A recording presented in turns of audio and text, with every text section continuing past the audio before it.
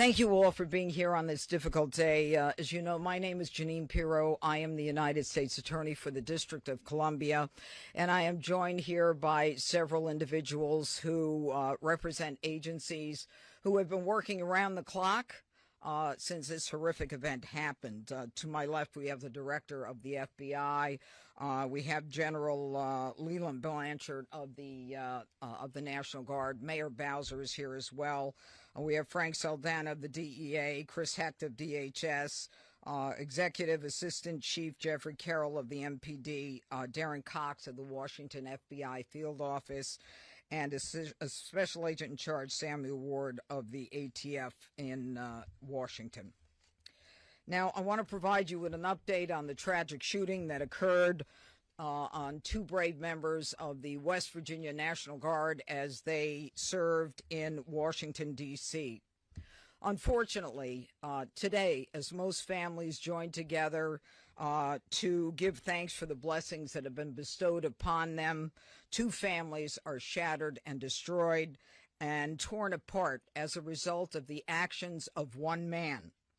First and foremost, our hearts go out to the victims and their families. These are dedicated service members who were performing their duties in service to our nation, and they are currently in critical condition. They have undergone surgery. We pray for their well-being as they continue to be cared for in the best possible way. We have been in constant contact with their families and have provided them with every resource needed during this difficult time. The two National Guards men that we're talking about are Sarah Beckstrom, who's 20 years old, and Andrew Wolf, who is 24 years old. They were uniformed members of the West Virginia National Guard, and they were in D.C. to keep D.C. safe, pursuant to President Trump's executive order to make D.C. safe and beautiful. They answered the call, they took the charge, they volunteered, they put their lives on the line for people they don't even know. And that, unfortunately, is becoming a reality more and more for the members of law enforcement. Yesterday on Thanksgiving Eve at approximately 2:15, near 17th and I Streets in the northwest section of the district, near the Farragut West Metro Station, two uniformed guardsmen were ambushed in a brazen and targeted attack. A lone gunman opened fire without provocation, ambush style, armed with a .357 Smith & Wesson revolver. One guardsman is struck, goes down, and then the shooter leans over and strikes the guardsman again. Another guardsman is struck several times. Fellow guardsmen who were there responded immediately, engaging the suspect, neutralizing the threat, and subduing him at the scene. He was transported to a local hospital where he remains, as we speak, under heavy guard. Thanks to the swift and coordinated response of the National Guard and the Metropolitan Police Department, no additional victims were harmed, and the scene was secured within minutes.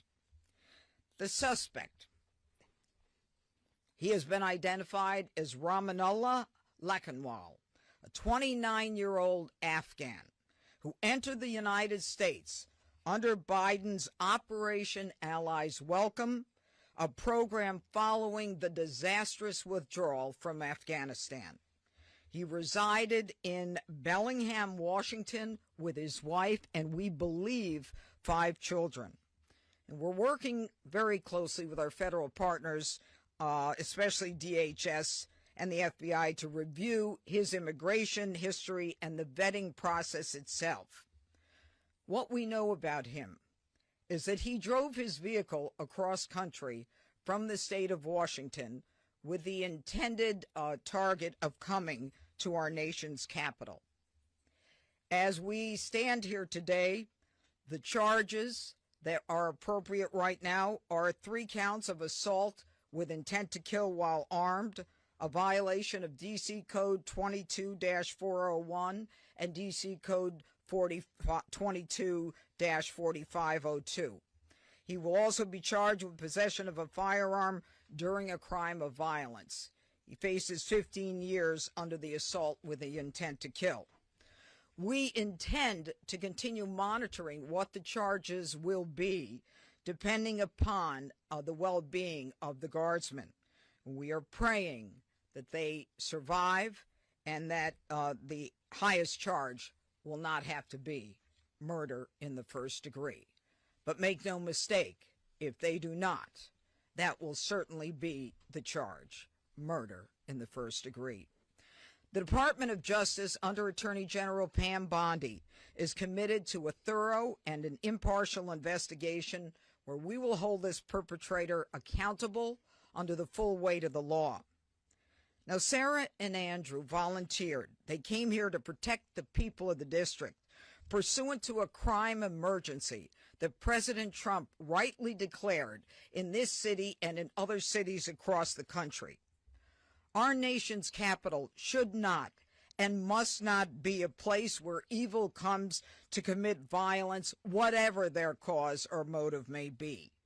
We should not have to live in fear in the nation's capital, especially by one who came here from a foreign country. And through a process that was so absurd that he came through and released into this country, as many were, knowing virtually nothing about his vetting. This is what happens in this country when people are allowed in who are not properly vetted. These guardsmen and all who are here to protect the district are the line that separates a civilized society from a barbaric one. They are the ones who stand for law and order. This was not just an attack. It was a direct challenge to law and order in our nation's capital. And the individual will be made fully accountable. And though it seems that we have been here before under President Trump, make no mistake, and the Attorney General, we will not allow this to be normalized. It will be confronted, condemned, and prosecuted to the full extent of the law. Now, my message to the individual who committed these acts is you picked the wrong target, the wrong city, and the wrong country, and you will be sorry for the violence and the evil that you perpetrated in our nation's capital. And now I call upon the Director of the FBI, Kash Patel. Thanks, Judge. I'll begin my remarks and my remarks the same way, with prayer for our fallen soldiers, prayer for our law enforcement community, prayer for our National Guardsmen and women, prayer for our brave prosecutors at the Department of Justice and the offices of the D.C. United States Attorney. We must come together as a nation, especially on this Thanksgiving Day, and remember the sacrifices that so many are making around the world and around this country to secure our freedoms under President Trump's brilliant leadership and administration. I'll provide an update on the case as follows. It is an ongoing investigation of terrorism. Make no mistake about it. The FBI is leading out on these federal assault on a federal law enforcement officer investigation on many fronts. We immediately, with our law enforcement partners in the Metropolitan Police Department and the interagency, secured the scene, seized the weapon, sent in our evidence response team immediately to collect evidence, and started doing block-by-block canvasses. We are looking for and interviewing witnesses. The firearm and other materials have been sent to our Quantico laboratory already yesterday for immediate analysis. That work is ongoing. Partnering with the D.C. United States Attorney's Office, we have also executed multiple search warrants around the country, to include the subject's last known residence, which is in the state of Washington. The search warrant was executed on that house last night or early this morning, and it is an ongoing process. All the individuals found in the house have been interviewed, and some interviews remain ongoing. We will not stop until we interview anyone and everyone associated with the subject, the house, and every piece of his life. There's also subject interviews, relations conducted in San Diego, pursuant to our ongoing investigation. So, as the judge noted, this is a coast-to-coast investigation being led right here in Washington, D.C., and this subject definitely did pick the wrong country. And we will rise together as a nation to show the world what we do here And we are thankful that we have the Attorney General's brave leadership and President Trump's brave leadership and priorities to safeguard our communities. I also spoke to Director of the CIA, John Ratcliffe, last night, and Secretary of War, Pete Hegseth. There is confirmation now that the subject had a relationship in Afghanistan with partner forces. We are fully investigating that aspect of his background as well, to include any known associates that are either overseas or here in the United States of America. That is what a broad-based international terrorism investigation looks like. We will provide continuous details to the American public while at the same time not jeopardizing the ongoing prosecution to ultimately hold this perpetrator accountable in our courts of law. We will provide as much transparency as possible, but as you can see, the breadth and scope of this investigation will continue. We will continue to hit the streets and hit every town and every house and talk to every witness. The men and women of the FBI and the Metropolitan Police Department and the interagency, to include the Department of Homeland Security, DEA, and ATF, are working tirelessly on this Thanksgiving Day. And I know just by talking to the leaders behind me that instead of going on and being with their families, everyone rogered up and showed up to work today. And none of them want to go home. That's the resolve that we have together as a team to bring to you justice for this heinous act of terrorism here in our nation's capital. And as the judge said, we will ensure that our law enforcement partners are out there in full force to make sure the world can enjoy our nation's capital. We will not let this heinous act of violence prevent people from visiting our beautiful nation's capital. And we will also continue to highlight any evidence that we can publicly. And as the judge said, this individual is in this country for one reason and one reason alone, because of the disastrous withdrawal from the Biden administration and the failure to vet anyway, in any way, shape, or form, this individual and countless others, and this administration has taken the rightful step to stop any further allowance of people with this similar background into the country, and we're thankful for that. And as I said, this investigation remains ongoing, and I think I'll turn it over to General Blanchard of the National Guard now. Thank you. Thank you, Director.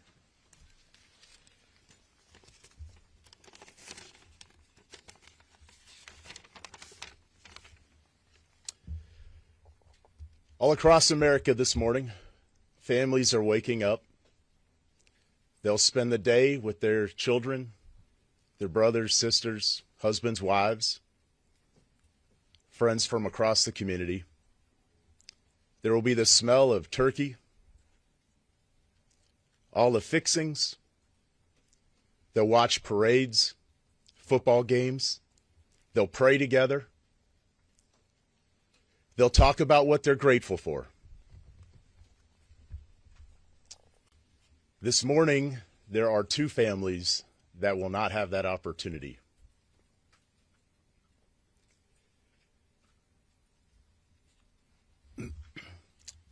Andy and Sarah's families,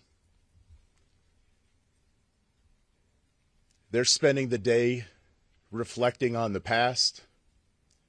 And in the days coming, they'll reflect on and think about what could have been, what might be. Because regardless of the outcome, we know that their lives, their families' lives are all changed forever. Because one person decided to do this horrific and evil thing.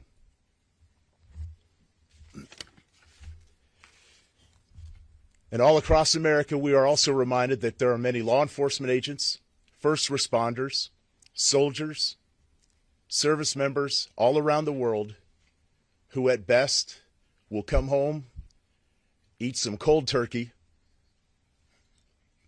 open up Tupperware, eat what's left over, because they spent the day defending the American ideals, getting out there and getting after it on every American citizen's behalf. I will say that the District of Columbia National Guard, this task force, is more committed this morning to the President's directive to make D.C. safe and beautiful. Our resolve will be tested. It is being tested. But make no mistake, each and every one of these soldiers and airmen will meet and exceed the expectation that we have for them. They are, in fact, America's best. I'm proud of each and every one of them. I pray for each and every one of them today, and in particular for these 2 young service members who are willing to go above and beyond and pay whatever price our nation asks of them. I ask every American today to keep them in their thoughts and prayers as you go about your day. Thank you. Thank you, General.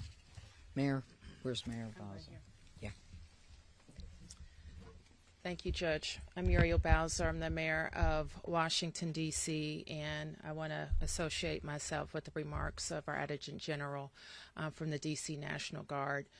I want to be very clear what the judge and everyone has reported here. Somebody drove across the country, came to Washington, D.C. to attack America. And that person will be prosecuted to the fullest extent of the law. These young people should be at home in West Virginia with their families. ATF, anybody? DHS? Anyone? Okay. I also want to say that both Sarah and Andrew, I believe, were sworn in less than 24 hours before they were shot on the street in Washington. Any questions? Could you drill down on a possible motive? Have you gotten any information and intelligence on a possible motive? You know, as the directors indicated, this is a fluid investigation. People are working around the clock. It's too soon to say what the motive is, but there are definitely areas that we're looking into, but not ready to say. Can you characterize a little bit about how the assailant was taken down after he opened fire? Yeah, he got shot But by another guardsman, yeah. And you mentioned earlier that he had the shooter had initially shot one of the guardsmen, then leaned over as they were Shot him again. Yep. How many shots are we? Well, the specific number. Look, he had a .357 Smith & Wesson revolver. Okay, so I believe that's a 6-shooter. Yeah. So, you know, that kind of tells us how many shots he had. Yes. Judge, you had mentioned we've been here before because we have. It was May when we were last Yeah. here.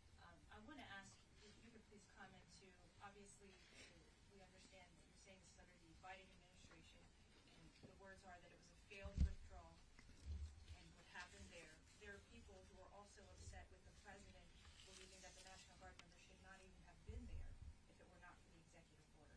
I don't even want to talk about whether they should have been there. We ought to kiss the ground and thank God that the president said it's time to bring in more law enforcement to make sure that a city that had the 4th highest homicide rate in the country was that violence was quelled. I'm not even going to go there. A question for Dr. Patel. Was the suspect granted asylum, and if so, when did that happen, under which administration, and did authorities miss any signs, either in the asylum process or even back when before he worked for the CIA? If you could talk about that. Well, you miss all the signs when you do absolutely zero vetting. And that's exactly what happened in this case. When you, in the prior administration, made the decision to allow thousands of people into this country without doing a single piece of background checking or vetting, that's how you miss every single sign.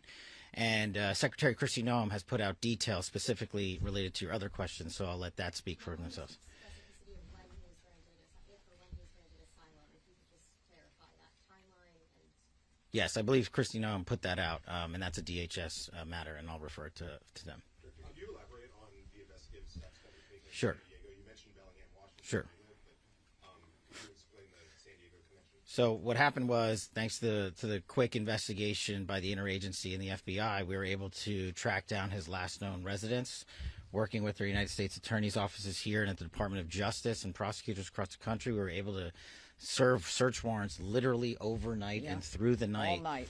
And we were able to hit the house in Washington State. During that process, we seized numerous electronic devices to include cell phones, laptops, iPads, and other material that is being analyzed as we speak. Pursuant to that investigation and any known associates of the subject and of that house is how we ended up in San Diego, where interviews were conducted and are going to be continued to be conducted, and we will go anywhere in the country or the world where the evidence leads us. Are there accomplices, relationships in San Diego you can talk about? All of that is an ongoing investigation. Can anyone give an update as far as Sarah and Andrew, who were injured? You say critical condition. Can you give anything beyond that? Are they expected to make it? Is it touch and go? Can you tell us a little more about how they're doing? And the full spelling of their names, please. It is Sarah Beckstrom, Beckstrom, and Andrew Wolfe with an E, Wolfe. Okay, and Sarah Beckstrom, How do you spell Sarah? S with an H.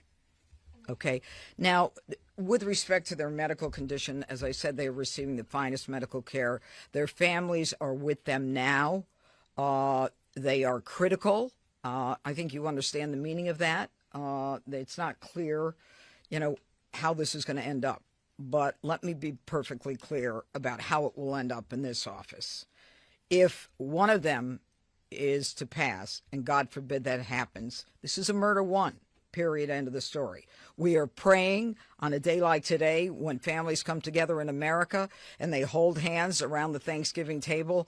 I beg you, I beseech you to pray for these two young people that they survive. Okay, I think that's it. Yeah. Thank you, everybody. Happy. Yeah, we're not going there. We're not going there. No. Thank you. Decision not to charge him as a terrorist? What about the asylum process that led him to get asylum under the Trump administration?